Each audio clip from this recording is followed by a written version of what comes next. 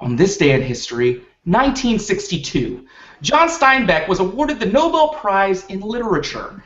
As most of you know, Steinbeck wrote the beloved classic of Mice and Men, which ends on a really weird note. Is there such a thing as justified murder?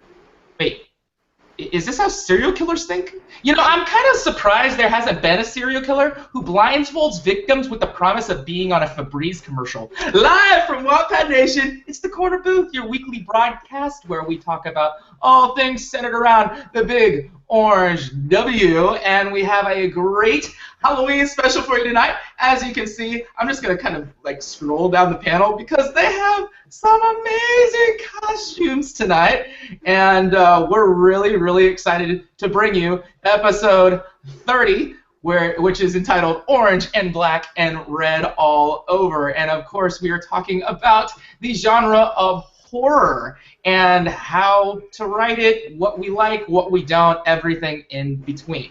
And now, at the top of every broadcast, if this is your first time watching, we want you to know that you can ask us questions via the live chat if you're watching this as a live broadcast, which we hope you are because we see tons of people playing on the thread. We got Lisa, Kelly, Kelly, of course, is here and there. Let's see, who else is? Rita's over there, too. Jody, hello. I did really contemplate on playing the Halloween theme song, Jody, but I didn't want you to turn off right at the very beginning. She made a very threatening tweet that if we were to open with that song that she wouldn't watch. Ricky Pine, what up, buddy? Bob Sellers, who I believe this is his second broadcast that he's watching. What up, dude? We're very happy to have you all here. If you're watching this as a recording, and you'd like to ask us questions, you can either use the comment section down below, or you can use our hashtag on Twitter, TCBWatt. We would love to answer those questions. And now we are going to get kicked off with what we call the high five. It's a way that we can introduce these amazing panelists to you. And I want to let you know that this week we are going to be playing a game, of course. Season 2 has been all about games. I call it What's the Word? And this week, it's going to be a simple test, focusing on the question, how well do these panelists know their own work? So what I've done is I've stripped some sentences out of their stories that are available on Wattpad. They have no idea what story it is. They have no idea which chapter or anything remotely close to what I'm doing, honestly. But they are each going to have 2 chances to figure out what a word is, a word that I have taken out of a single sentence. So, for example, if if I were to say it was the blank of times, it was the worst of times, of course, it would be the best of times. So I kind of take a word out like that, but the way that I took these sentences out, they are completely out of context, so they are going to sound different. So, actually, to get this kicked off, I am going to start with, first of all, as we get into this, I want you to explain who you are and what Wattpad story you're from and what Wattpad are you representing. So I am actually going to kick this off with Miss Rita Kovac. Why do you always pick on me first, Nat? Because you're a good example. Yeah. All right, so I am representing Miss Sarah Benson, who unfortunately couldn't join us tonight. She was supposed to, but she had another commitment that she had to attend to. But I am supposed to be the Shadow Queen from her book, Born of Shadow. So if any of you have read that book, hopefully, you know, this is a fair representation. You know what? I think she's going to love it either way. Honestly, it looks great. It really does. Okay, Rita, we're going to get this kicked off. Oh my God, I'm so nervous. Okay. All right. So like I said, you're going to get 2 chances. And I took out 1 word. Are you worried you can't keep up? I'm not going to you.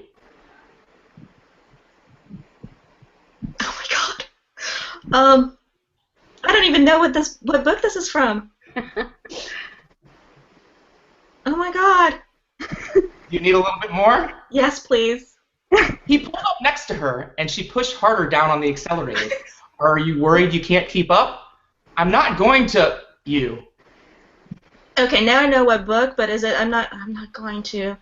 Um,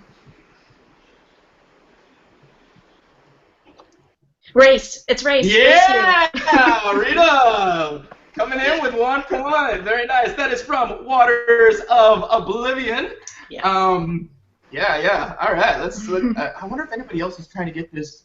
Yeah, exactly. It sounds so dirty with the missing word. That is correct, Mickey Pan.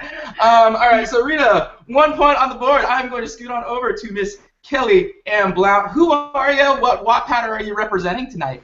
So I'm the kitty from Rita's The Pirate King and I. Yeah. Awesome. Okay, Miss Kelly, are you ready? I'm ready. And I wouldn't have learned that you were trying to me, he chuckled. I wouldn't have gotten to have lunch. Oh my gosh. Can you repeat that, please? And I wouldn't have learned you were trying to me, he chuckled. I wouldn't have gotten to have lunch. Probably not kill. I need more information, please. All right, okay. Otherwise, you never would have rode along in the ambulance with me, and I wouldn't have learned that you were trying to me. He chuckled. I wouldn't have got to have lunch. I have no idea. You were right. I'm going to give you the point because you were right with kill. Yes! Oh, I said it at first! I know. I'll give you a point.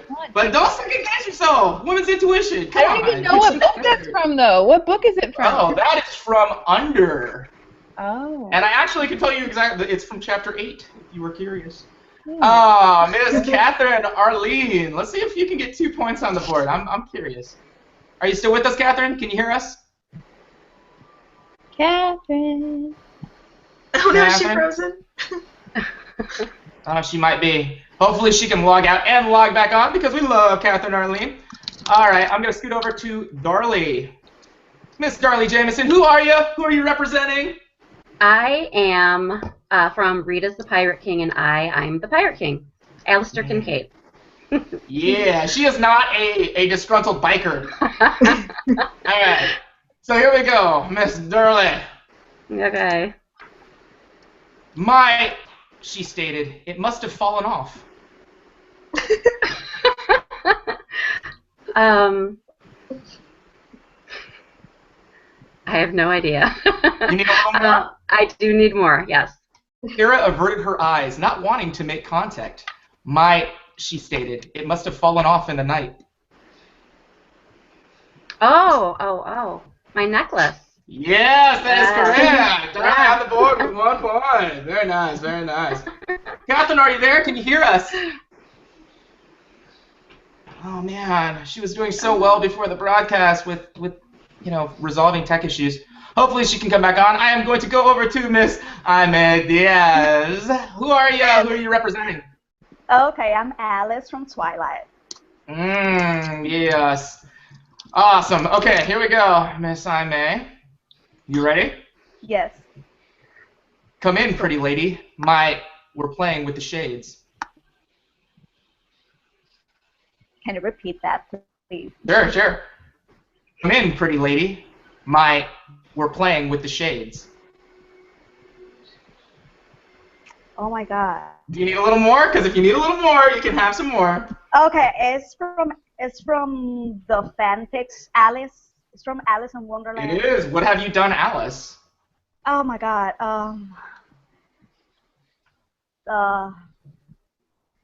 What's the place, the fire, the lights, the. Do you want a little bit more before you guess? Oh yes. Okay. Yes. All right. A deep masculine voice answered, but it was too dark to see anyone. Come in, pretty lady. We're playing with the shades and the shadows adjusting to the dim light. It's the shadow. Oh, it's something related to lights, shades, shadows, fireplace. Oh. It's actually biological. It is my pupils were playing with the shade. It's okay. Don't worry about it. Do we still have do we have Catherine? I'm kind of worried. I want her to come back. I know she's frozen right. Oh. Let's see. Did it work? Did it work? Catherine, can you hear us? Now I can hear you. Hopefully I can stay on long enough to actually answer a question. Okay. All right. So your signal's fairly clean right now.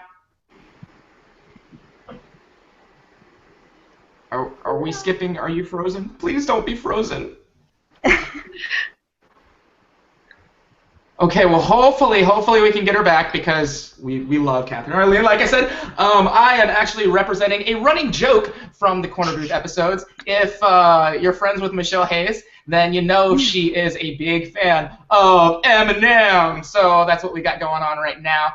I am going to scoot over to the best part of the broadcast, in my opinion. It is called Cream or Sugar. And why is it my favorite? I'll tell you. It's where we put you, Wattpad Nation, in the spotlight. These amazing panelists are going to share with you a few things that they just can't get enough of. Whether it's Cream, which is a relatively unknown Wattpadder who has risen to the surface, or at least the top of their library, or Sugar, an established Wattpadder who they just want to throw a little bit of love at, a little bit of sugar. So here we go. I'm going to kick this off in the same order. Miss Rita Kovac, who do you got for us this week?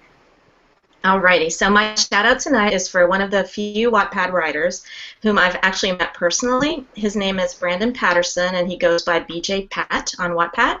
He's an extremely nice guy who likes to write about vampires. His debut novel, Communion, is actually available to purchase on Amazon, but I wanted to mention another book that he has written that is fully on Wattpad. It's called Lamia's Dream, which is a young adult paranormal story, and here is its summary. Miles Ward finally has a chance with his longtime crush, Valerie Wingfield, after saving her life from a masked man. Sure, there are things about Valerie he can't explain. Her fangs and claws, he must have imagined them. She's showing up in his dreams. Just a coincidence. As his relationship with Valerie grows, he learns she has more baggage than normal. And sometimes the issue isn't loving some, despite their flaws, but loving yourself first. So with Halloween just around the corner, it was a really fun book with a great voice, humor, and a main character you can't help but to root for. Thank you, Miss Rita. I love it. Miss Kelly Allen Blount, who do you got? All right, so I have a major sugar going on tonight. It is my buddy, Allie Novak, who is Fall Swimmer on Wattpad, and I was at Target, and I saw this, and I freaked out. Dun, dun. Oh, that's amazing. And it has, wait, let's find it. It has a little fancy, dun dun, Wattpad. So I got really excited and I bought it. I started reading it last night. It's amazing. It's a story about a girl and her sister. Her sister is really sick and dying of cancer, and by chance, the sister who is well meets somebody who is pretty impressive, a very cute boy who's very well known, and she's having a hard time deciding if she should even how she should even feel about it if her sister is sick. And I'm just going to read a little bit off the back because I'm super excited because it's a real life book and I like it because it's all started on Wattpad. Stella will do anything for her sister, even stand in line for an autographed Heartbreaker CD for 3 hours. At least she met a cute boy in the Starbucks beforehand, a blue-eyed boy who looks an awful lot like, and I'll let you read it from there on Wattpad. Or you can go out and grab the book. I got mine at Target. I think it's all over the place, though, so super excited. Yeah, or you could go to Walmart because Target requires a shower. Darlie, who do you got for us? Yes. I am choosing Sugar. This is a story from I recently read author Josh Townley. Zoe is a story that is told from a 3 as her life changes when the world falls victim to a devastating plague in a zombie apocalypse. But this is not like any zombie story that you because of its protagonist. We get to see everything that takes place through the eyes, and that makes it all. And the zombies are really frightening too. Nightmare-inducing. I had a nightmare after I told Josh about it. Did that to me. But I actually started this story several months ago. and I had trouble getting through the first because it wasn't well written. He did such a good job. He does such a good job of putting the reader right in. Since Zoe is so young, it really the story was truly horrific. I just wanted to so the really an amazing story, and it's up for watch, so fingers crossed because it really deserves one. And honestly, if it's not snatched up by a publishing, there's something very wrong with the world because it's that good. So a word of advice: take advantage of it now while it's free. Walk out, because if you put it off for too long, I have a feeling someday you're going to need to pay for it at the bookstore. Well, thank you, Darley. You are skipping just a little bit, but it seemed to resolve itself at the end. Yeah. So we're just going to keep working with it, and we'll go with what we know. Miss Ime, who do you have for Cream War? Okay, this week I have a sugar, and the title of the story is Stranded with a Ghost. It's written by Anne Rice, and it's a story of a young woman who is stranded in a creepy and a lonely road with a man so handsome she sometimes wonders if he's woman. You need to read it to find at the end of the story if he's human or not. And it's under the genre of thriller and paranormal romance, and it's extremely well written and shares a balance of romance and paranormal that we all love. It's simply a very nice story to read. Well, thank you, Miss Ime. Do you have a fairly decent relationship with Anne Rice? I know she's on the forums a lot. Oh, yes. She's very active, and we share the LOL 35 women thread, and we support each other. She reads my stories, I read her stories, and she's a very, very talented author. I learn a lot from her. That's great. Thank you, Miss Ime. Catherine, I think we have your audio. Is that correct? You're on mute right now.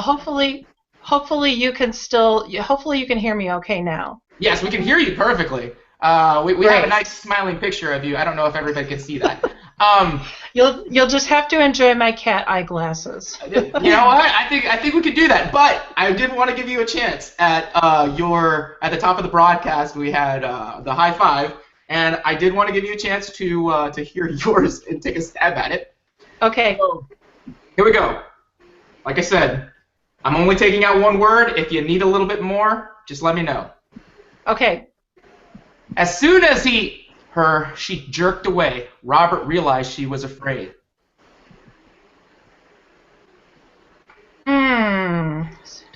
As soon as he...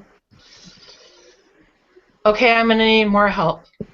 She reached out her hand, but as soon as she jerked away, Robert realized she was afraid.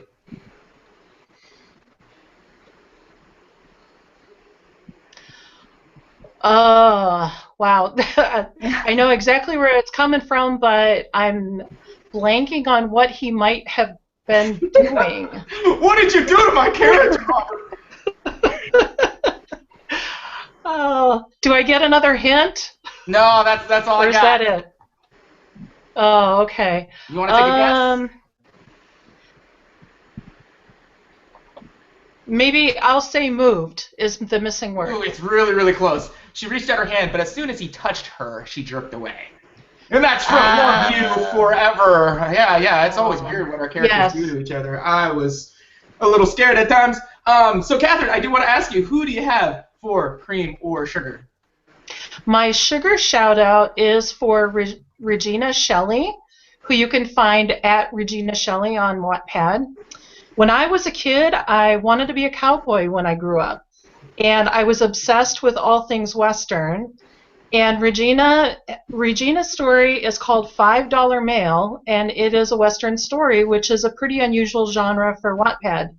It's about a shy farm girl who's been hired to be the cook for a stagecoach and Pony Express station, inhabited almost entirely by boys and men. I love the fact that so many of the characters are still teens, because I felt it adds a touch of sweetness and innocence to the story. Plus, I'm a sucker for romance, so you should definitely check out $5 Mail. Thank you, Miss Catherine. I do want to ask you, I know that we can't see it right now, but you are, most people saw, that you were dressed up as a cat. Who are you representing? Yeah. I am the sassy cat Sasha from Shadow's Edge by Lindsay, our beloved Lindsay. Yes, we love some Lindsay Lippincott. She's awesome. Well, thank you, Miss Catherine. Okay, so that has taken us over to, somebody's pet really wants us to know that we're doing a good job or a terrible job. I don't know. But, okay, so we are going over to the portion of the broadcast that we call the entree, and that is the meat of the discussion every single week, and like I said, we're talking about horror, so I am going to get this kicked off with our stand-in. Miss Aimee was very, very gracious to come and help us out today. We had some last-minute call-outs, and it happens. Things get in the way. People have lives outside of Wattpad and the corner booth alike, and that's perfectly okay. Sarah, we do hope that your kid feels well soon, and Ashlyn, have a great time with your family at Baylor University, who is going undefeated still, if you're college football fanatics like I am. But Miss Aimee, we are going to get this kicked off with this. Some believe the horror genre starts and stops with the definition, something scary. What does this genre mean to you, and what thoughts come to mind? Okay, for me, it's the primeval fear in human beings. It's to provoke in the reader to picture themselves in a situation of survival, of expecting the worst and darkness fears from nature or from the unknown. Thoughts that come to my mind, but they are more like images, not precisely thoughts. I'm a very visual person. So things like shadows, darkness, nights, a full moon, graveyards, blacks, crimson reds, screams, cries. That's basically what comes to my mind when I hear the word horror or terror genre. Oh, I like it. I think that works perfect. Okay, so we are getting this kicked off with question number 1. It's much easier for me to deconstruct a joke into its basic components, the lead, the punchline, and the indirect idea, parts of a joke. It's exceedingly difficult for me to deconstruct the technique of telling horror. How would you break down the narrative into simple terms? Is that even possible? And I'm going to cruise on over to Miss Rita Kabach. Okay, so in terms of writing horror, I would definitely start with setting the scene. Horror usually takes place in one central location, like a spooky mansion, a dark forest, a locked bedroom, etc. So, set the scene for what you're going to do. Continue by making us care about your main character. Tell us who that is, why we really should want to root for that person. Now, these main characters in horror stories usually have a flaw or a weakness that makes them human and relatable. Then gradually escalate the elements, for example, the suspense, the weirdness, the little details that make up your story, and even the confusion, until in the end you reach the climax or the big reveal of the story. Of course. Okay, so if you haven't read this gothic horror that Rita's crafted, it is called The Keepers, and it is crazy, scary good. It's a lot of fun, so go check it out. She knows what she's talking about. Miss Kelly Ann Blount, who, as we know, is doing this amazing book called Under, and she was talking to me at the very beginning of the broadcast how she's actually scared of the concept of horror, which I find really crazy because she writes it so well. But before you answer this question, Kelly, can you kind of expound on that? I think it'd be really, really cool for other people to hear about it. Yeah, so I'm scared of a lot of things, including the dark, scary movies, books that are scary. I also don't like being alone. So I'm scared of a lot of things. Weird noises, that sort of things, bump in the night sort of stuff. So I really had no intentions of ever in a million years writing a horror book. Definitely not something that I thought would be for me. Like, we were talking about watching scary movies, and I've seen 2, I think, maybe, in the last 10 years that were rated R.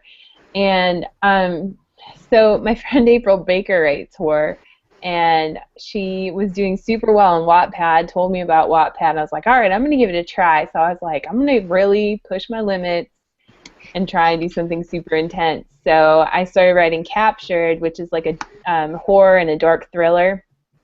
And the kind that really speaks to me, the genre, or subgenre almost, I guess, would be more of the psychological thrillers that are super dark and just leave you feeling nasty afterwards, kind of like Gone Girl. So when I write horror, I like to pull in a lot of psychological, deep, nasty, dirty things that just make you kind of just, oh, like I was telling someone the other day, it was like making me I was feeling uncomfortable as I was writing Under, because it was just like, ugh.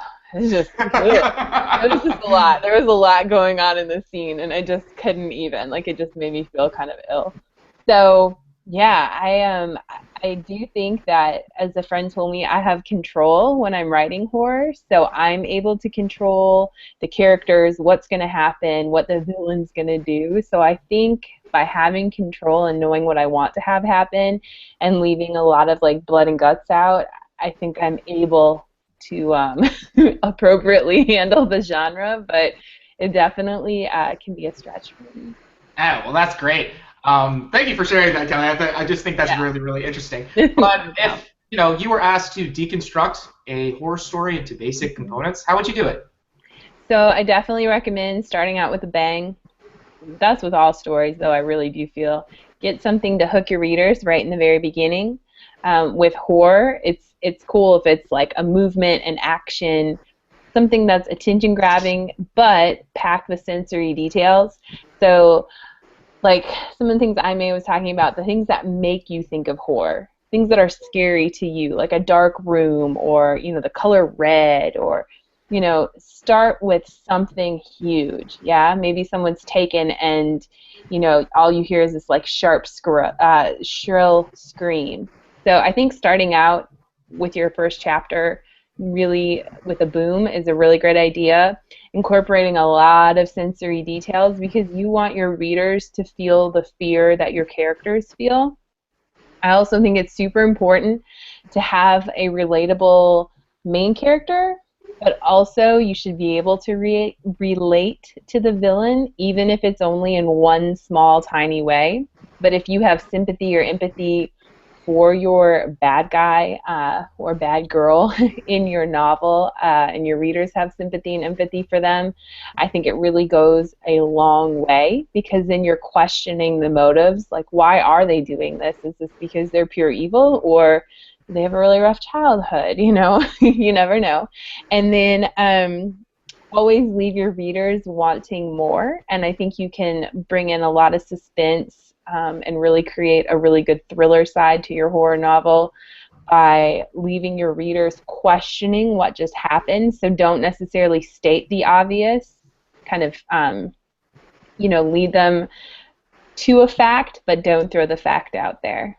So all of those things really work well for me, and yeah, I think sensory details is the biggest thing. I love that. Like, starting out with a bang, include a lot of sensory details, so you can just feel completely immersed in it. Can't agree more. That's great. Thank you, Kelly.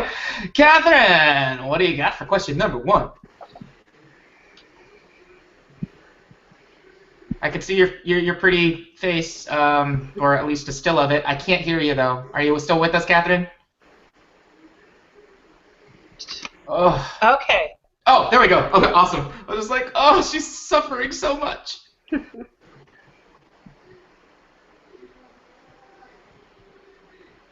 we lose you? Okay. This was actually kind of a hard. No, I'm here. Can you hear me? Yes. Can you hear me? Okay. Yes. Yeah. This. I've never written horror, but I have written stories where the readers have become quite afraid of what is going to happen to my characters. So for me, I would say that you start by having a protagonist that readers care about, and then you put them in a situation where they're in danger.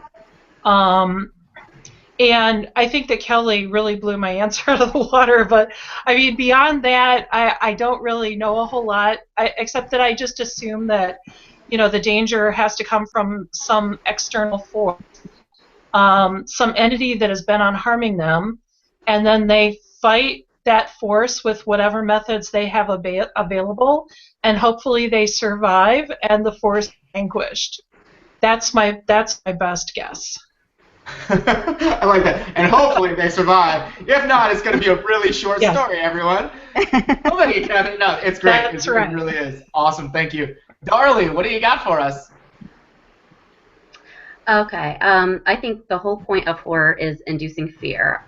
Not only being afraid for the character itself, and what I mean by that is that good, effective horror should stay with the reader for a long time afterward, which is not easy to accomplish. There should be the psychological elements that leave you feeling afraid for yourself. Like the images continue to, and then you feel like you need to sleep with the lights on, or you don't want to be left home alone. In horror, it can be a bit chaotic. Just when you feel like the nightmare is over, it's coming to an end, the cycle starts all over again, and it leaves you wondering, could it get any worse? And yes, it can. And I think horror is different for every writer, just because the meaning of horror is different for every reader. So I think that it's different for everyone. Like, I don't necessarily look at horror as blood and guts. I think of it more as just the feeling of being afraid and the tragedy that can come along with it, and that to me in Severed Heads. That's great. No, what you were saying, I kind of in the middle of all that, something that sticks with you and just makes you cringe even long after you're done reading it. Yeah. It reminds me of this episode of Friends where Joey's reading The Shining. And he gets scared and he puts the book in the freezer. And the whole episode kind of goes through it to where Rachel and Joey, they switch books. So Rachel reads The Shining and Joey actually winds up reading Little Women. And of course, that book ends the way that it does. And when it starts going south, Rachel asks Joey, "Do you want to put Little Women in the freezer?" And he's just, very depressed. He's like, "Yeah." It's great. So yes, but I couldn't agree more with, something that just sticks with you. And I think that's the best kind of horror. So that's a fantastic point. Thank you, Darlie. And May, what do you got for us? Let's round out this question. Well, I think the most important things is to establish the setting. The sensory images are very important. They are the must. But you have to balance them with short, snappy sentences and descriptions, and action and description. And make the reader be with you in the story, but in the same time, he wants to run out of the place. So that is what I really think I can add to what the other panelists have said. Just balance descriptions with action-packed sentences. Choose the right phrases, choose the right sentences. Don't make the sentences too long. I think snappy sentences with the right verbs are the ones that works the most. And structure your sentences in the way that it's fast-paced, not a very descriptive paragraph. You have to move very quick because it's thrilling. It has to be action-packed, but in the same time, the sensory images. Oh yeah, and pace is so vital to these kinds of stories because you want to drag readers through something that's absolutely terrifying if you're being incredibly descriptive, and you want things to almost feel like they're popping when you have action sequences. So yes, absolutely, cadence, pace, tempo, it's all very, very synonymous and important. We did get a question from Ricky Pine at the top of the broadcast, and I'm just going to throw this out to a couple panelists because I'm interested in what your take on this is. He asks, which is more effective, the jump scare or gothic terror? Rita, do you want to weigh in on this? Sure. I think they serve different purposes. I think the jump scare is great for that immediate shock value. But I think if it's done right, then gothic horror can make you think and be scared later. So it's one of those things where you're like lying in bed trying to go to sleep, and the jump scare won't be on your mind, but that, my hearing footsteps in the dark type of thing is gonna creep you the heck out. Oh yeah, absolutely. Darlie, do you have anything to add on that? No, I couldn't agree more. The jump scare, gets you right away. But I think that doing it the other way it's more of that lingering fear. And I guess the lingering fear probably is scariest to me because once the jump scare is over, it's done. Right. The lingering fear takes a while over and can be more traumatizing, I think. Sure, absolutely. It's not necessarily the girl that just jumps out of nowhere. It's the image of her, and that really sticks with you. No, I get it. It's all gonna just scare me tonight when I'm just huddled underneath my comforter. Miss Kelly, you got a question on Twitter, is that correct? I did. Yeah. What you got? Okay. So my buddy Chris Wino, I hope I pronounced that right. Sorry, Chris. So Chris asked a question, and he said, how does writing with a partner differ sorry, let me start over. How does writing with a partner for you differ than writing solo? So right now I'm working on my first co-writing project with my buddy Jonathan Yanez, and I think obviously different in a lot of ways, and it's kind of cool just to see how it's all unfolding. But instead of just kind of writing by the seat of your pants and like hoping it all goes the way you want it to go in the next chapter, and like if you're setting something up to happen in the next chapter but your writing partner is writing the next chapter, you don't know if they're going to like take that and go with it or not.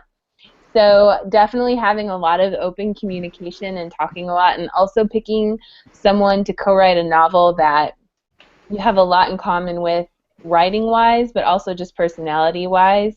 And Jonathan's a good buddy of mine, so I know, we first started writing this quite a while ago, and then I got really sick, so we had to take a little break. But co-writing for me is a little bit more planning in regards to considering because what we do is we write every other chapter. So if I'm setting something up for the next chapter, or if I'm planning on my character growing a certain way or developing a certain way, I just need to make sure we're on the same page with that. But so far it's been going really well and really smoothly. And, I like drawing in the dark and, getting readers hooked. And I think that's working really well with having two writers, because it's my mind going as well as his. So it's been overall an awesome experience so far, and I recommend doing it partnering up with a buddy and working on a story together. I think it's a really cool experience. Yeah, I can only imagine that it gets the creative juices flowing, because you have no idea what this person is going to ultimately write. So I think that's awesome. Absolutely. Well, as we wait for Catherine to come back, because I did have a question for her, Darlie, if you don't mind answering this one. Okay. Sometimes regarded as a subgenre, other times a standalone, thrillers incorporate many of the same storytelling techniques as horror stories. In your opinion, what makes a good thriller? What separates thrillers from horror stories? Well, like horror, I think thrillers need to induce fear and dread, not knowing what's waiting for the protagonist, around the corner, or not knowing if she's strong enough to overcome it, play a huge role in the thrill. I also think it's a good idea to have your character struggle with their inner demons. I think Rita said it earlier. It makes them, or maybe Kelly, I don't know, makes them more realistic and weaker, and it gives them, flaws. And it allows the reader to know that the character has a lot to lose. There's a lot at stake. And I think that it's acceptable in thrillers to switch back and forth between points of view. And I think that that's also a really good way to build the tension, which adds being able to switch to different characters, even the bad guy, and getting inside their head. I think to build upon the tension that you're trying to create with a thriller.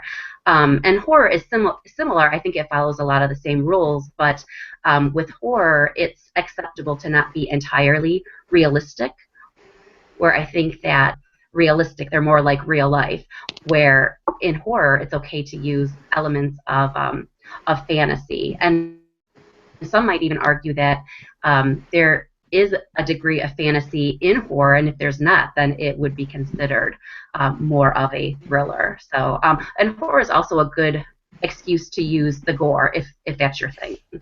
Yeah, any excuse just to have a rotting corpse out there for no reason at all. Oh, it's just part of the genre. Yeah. All right, we're actually going to scoot over to a question. Catherine, can you hear us? Oh, breaks my heart because she's so knowledgeable about this kind of stuff. Okay, hopefully she comes back. Whenever you're back, Catherine, just kind of chime in if you can hear me. All right, so let's go over to question number 2, and we do have some other questions coming in. We will answer them at the end of this segment, but if you have any, please let us know either via Twitter or using the live chat. We'd love to answer these questions. It really brings you into the broadcast yourself. So, as I said, question number 2. Scenario. Someone who has never written a horror story asks for advice on how to write one. Rather than walk the writer through it step by step, you tell him or her to focus on one thing at the very beginning. What would that one thing be? And yes, I do understand that not all of you write in this genre, but do your best to answer the question anyway. So, I am going to start with, let's see, I may. Okay. I think that you need to focus in your own fears, in what scares you the most. Like Kelly said, when she writes, she is in control of her own fears, of her own phobias. So try to create an image of what you see that the reader can, of course, be scared of, but can relate to in a way or another. Visualize your evil character, what would seem to do so much harm, and throughout the story, right? And establish the kind of conflict you want to work throughout the story, if it's man versus man, or man versus nature, or man versus himself. If you have those things clear enough, then you can begin writing with the story. You have to focus on the kind of fear or dread you want to write about, and what kind of conflict you want to develop in that character. So what is he going to do, how is he going to do it, and why is he doing such things? Thank you so much. That's great. I love that. Miss Rita, what do you got for us? Okay, so this is going to be a little ironic, but I think one thing to focus on in the very beginning of writing horror is to make sure that the ending works. It's really easy to build up a scary, gross, totally insane narrative, but if you don't tie it up in the end in a satisfactory way, then your readers will be really mad at you. Think of movies like The Sixth Sense or the others, and imagine them with a different ending. They'd be totally different stories, and you just have to know, I think, with the horror where you're going and make sure that it's not lame. I love that. Yeah, it's funny because a lot of people, when they think of M. Night Shyamalan, they don't think of The Sixth Sense more often than not. They think of a terrible movie that M. Night Shyamalan has done. But, yeah, I mean, you're totally right. If it didn't have that ending, what would have been the point of that whole movie? And I know it's the same thing with books, like we were talking about earlier, The Shining. If it had ended, at the very beginning, Stephen King sat down and said, hey, this is how I want this to end. He had to have. He couldn't have just, pants that entire thing. It was just way, way too good to be done that way. Catherine, are you with us? I'm really hoping so. Catherine, we miss you. Kelly, let's keep this question going. Okay, so my number one advice on writing horror is thinking about what scares you and then put it down on paper in a way that'll appeal to others. So for me, that list is super long. And so if I'm scared of the dark and my character is trapped beneath the floorboards in a little hiding spot underneath the house, That is absolutely terrifying. What's even more terrifying is when you add in the sensory detail of something warm and sticky dripping on her face, which you later find out is blood. So, yeah, go ahead and think about, like what Amy was saying, think about the things that, scare you, and put it down in paper in a way that will appeal to others, because maybe you do have kind of a strange fear, and not everybody is scared of clowns or scared of whatever. That's not strange, though, because I guess it's like one of the top 10 things people are most scared of. But think about that and add some of those details in there so your readers can imagine that they're right there experiencing the same thing. Sure, I think a lot of people right now are scared that Ima is going to have a hand or something grab her through this the billowing curtains. People are talking about it on the live chat right now. It is priceless. Yeah. It's cloudy. Snatches you. It would be completely appropriate for this episode. We would, of course, after being scared and thinking it was a joke, make sure that you're okay. But for the sake of entertainment, yeah, it would be pretty darn scary. Darlie, what do you got for us? Okay, I think the main focus when writing horror is leaving that lasting impression with the reader. And horror, to me, doesn't always have to include the blood and the guts. I think the things that have scared me most, like I was saying earlier, The Ring. I don't think there's any blood and guts in The Ring, but I was so scared of that movie. That left a lasting impression. And I was, the night, I'd keep my eyes closed because I was terrified of seeing that girl, and I didn't feel safe. So yeah, I think that it's impression, which is really tricky because what scares one person doesn't scare another. So I think it's hard to write horror. Yeah. I think a lot of people, they'll rationalize it out, so it's not scary. It's just, like, for example, The Ring. It's just, man, that girl can't touch me. I have all DVD players or something. It's something about making it so that you kind of reason with it. But like you said, with horror, I think that movie in particular, I don't think that it was ever a book. But if it was, it would probably border really hard. Wait, no, it was. Was it a book? I think it was a Japanese book. Okay, I knew that was at least based on a Japanese movie, which was called Ringu. It's a book, but maybe not. If it would really be tucked tight in between horror, thriller, and paranormal, because it has so much of those elements, and you can feel it pulling you in a realism kind of direction. But then when you see somebody crawl out of a TV, you're just like, oh yeah, that's completely fake. Yeah, I mean, yeah, absolutely. We got a really, really interesting question on Twitter, and I'd love to hear your way on in this.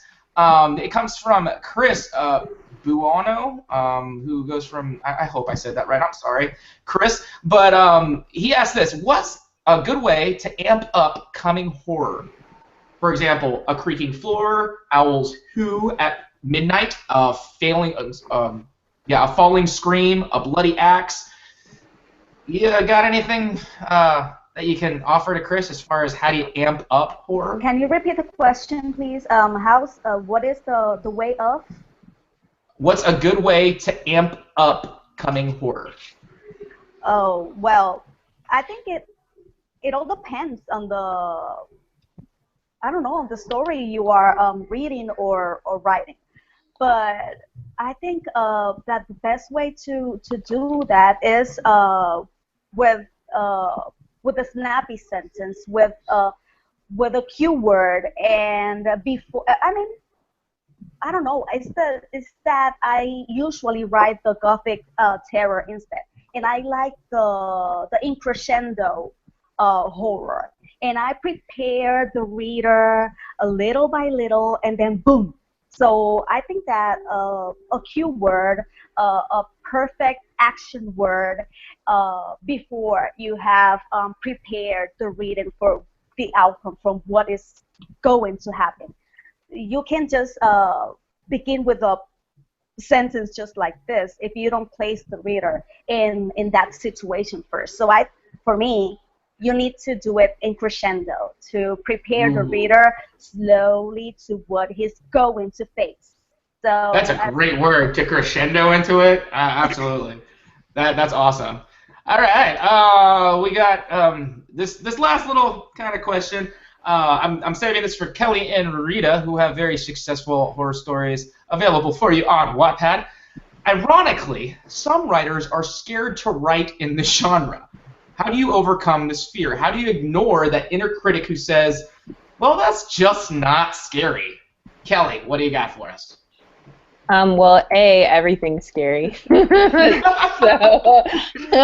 not very. Especially dust mites. If you make your bed. Okay, so if you watch last week's episode, you know that we had this issue about making your bed. And Kelly's very, very against making the bed because it traps, I don't know, mythical creatures underneath it. I tried really hard not to make my bed this week, and OCD. Something. I'm not firing on all cylinders right now. But anyways, Kelly, what do you got? What do you got? Okay. So definitely take control. And when you take control, I think a lot of the scariness can go away. But at the same time, dig deep. Think about what scares you. If you can man up and watch a scary movie or read a scary book, gain some inspiration. But things even, and I saw someone in the chat, or a lot of people are talking about like things in the kitchen that are scary, knives and meat grinders, which is really gross. So think about things like that and how they can be used within your horror novel. And I like to do the everyday things that, you come across an abandoned house in the woods. Oh, you didn't know the serial killer or serial stalker was keeping someone in the basement there? Oh, like, hello, that's terrifying. So definitely think about things in everyday life that make it really realistic and possible. I guess if you're going for the out there blood, guts, and gore, that's one thing. But for me, it's all about doing something that can play on someone's mind and play tricks. So, the next time you're thinking about walking somewhere in the dark by yourself, or, even going to your car to get something you forgot out of it and it's in the dark and you get scared like I do, think about that as a scene in your books. And I definitely like the crescendo action, but I also like the boom surprise action as well. So something like, somebody forgot their cell phone in their car, so they're going up to their car to get it, and they go in and they get it, and you're like, oh, okay, they made it, thank goodness. And then the second they close the door behind them, boom, someone's there.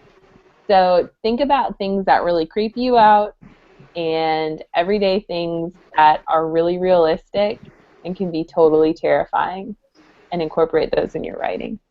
That's great. Thank you, Kelly. You were saying that the kitchen has a lot of things to be scared of. For me, it's the bathroom. There is something really creepy about the bathroom, and it's not just because of what people do in it. It's because, there's a lot of urban legends that are tied to bathrooms, like Bloody Mary, putting water on the mirror and then saying Bloody Mary. I hear if you do the same thing and you say pumpkin spice latte, that a white girl comes out of the window and tells you all the things she loves about fall.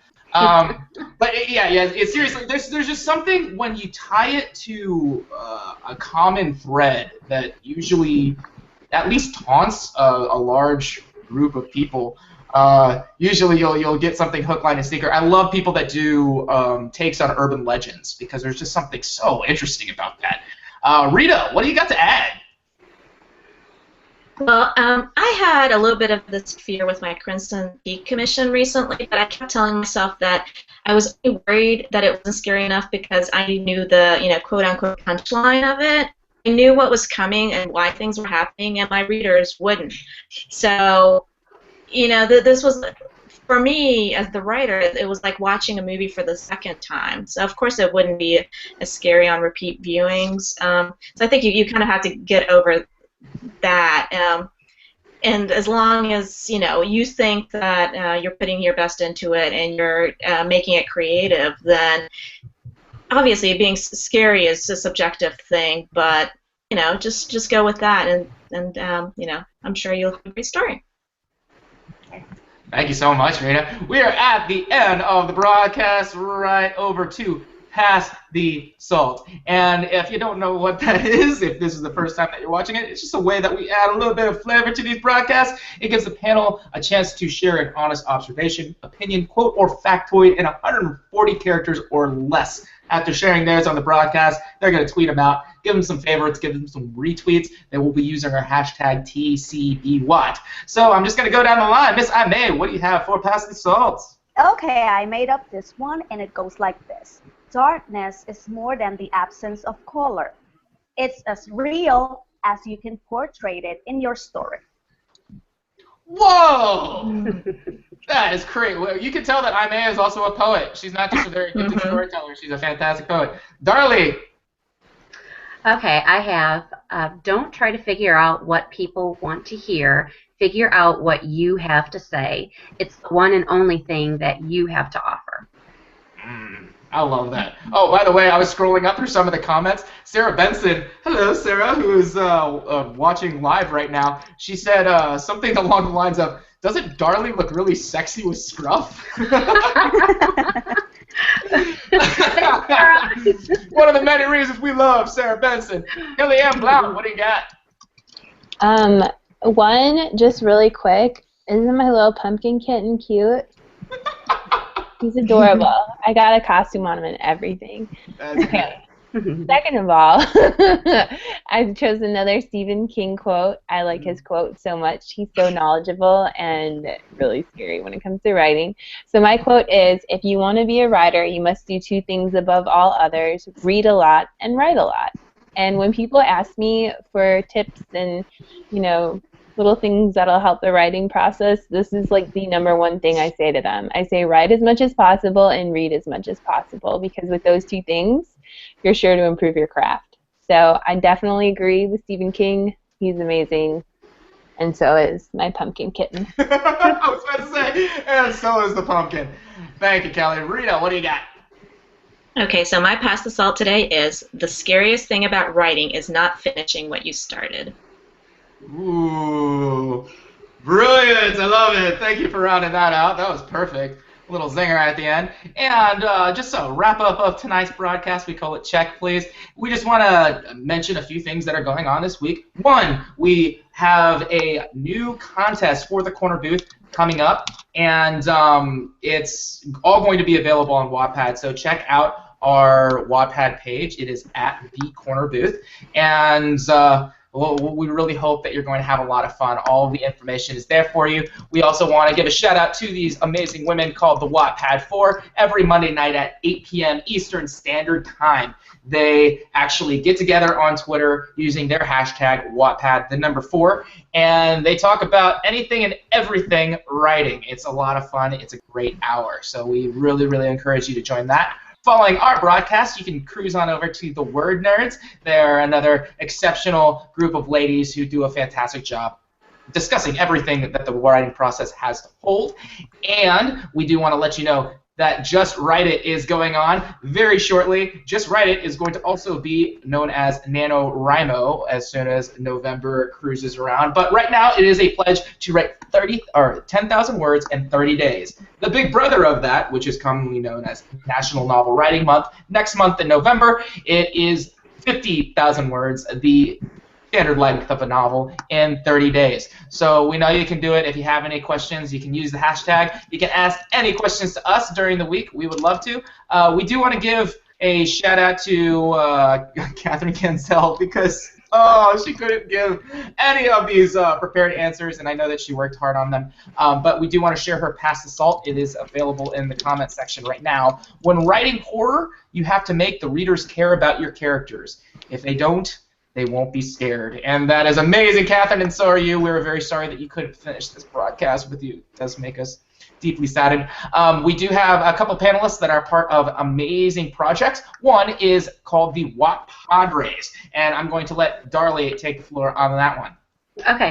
Every Tuesday night at 8 o'clock Eastern Standard Time on Twitter, we have started having Twitter chats. And this coming Tuesday's chat is about the National Novel Writing Month, which, like Nat said, was writing 50,000 words in 30 days. So that is what our next Twitter chat is about. So very timely. Thank you, ma'am. Absolutely. And Kelly, you got something. Oh, well, hey, Rudy, how you doing, buddy? You got something going on called the Wattpad Block Party. Can you tell us a little bit about what's going on with that? Rooney dressed up. Oh, he's wearing a hat and a bow. That's orange and black. Yes. So, Wattpad Block Party, the next one is scheduled for February 2016, the entire month of February. And sign-ups are only open for a few more days. They end at midnight on Halloween. So, on the 31st, sign-ups close. We have, I think it's like over 250 people already signed up. Whoa. Unfortunately, I won't be able to pick everybody. However, don't worry if you're an up-and-coming Wattpadder. That does not mean that you're not going to get picked. I like to feature cream and sugar. Yeah. So, some of the big names, though, that are definitely coming that I'm excited about, we've got Do Not Microwave, Natasha Preston, Rob Thayer, and Fall Swimmer, all signed up and raring to go. So I'm excited to see what they have for everyone, and I'm excited to start making some announcements about who will be joining us. That's amazing, Kelly. We're really excited about it. As always, thank you so much, Wattpad Nation, for having us on your tablet, on your phone, on your computer for an hour on Sunday evenings. We're going to be back here, same time, same great channel next week. Please subscribe to us on YouTube. Please check us out across any of the social network platforms. We're on pretty much all of them. And like I said, we'll see you next week. Ladies, would you please say goodnight? Good night. Good night. Bye, guys.